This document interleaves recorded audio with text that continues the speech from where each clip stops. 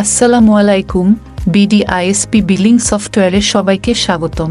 এই ভিডিওতে leave management feature সম্পর্কে জানব। চলুন ভিডিও শুরু করা যাক।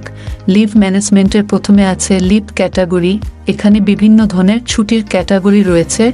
নতুন ছুটির ক্যাটাগরি অ্যাড করার জন্য অ্যাড লিভ ক্যাটাগরি বাটনে ক্লিক করুন এবং প্রয়োজনীয় তথ্য প্রদান করেছে বাটনে ক্লিক করুন, তাহলে নতুন ছুটির ক্যাটাগরি অ্যাড হয়ে যাবে।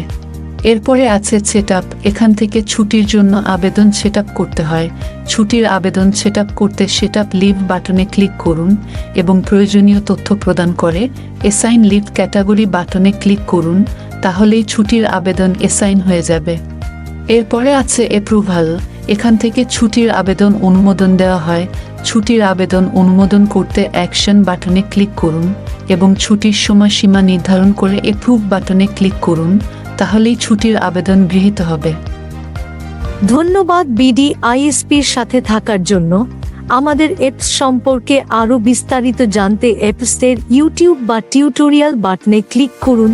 পরবর্তী ভিডিও এবং নতুন আপডেটের জন্য আমাদের ইউটিউব চ্যানেলটি সাবস্ক্রাইব করে বেল বাটনে ক্লিক করুন।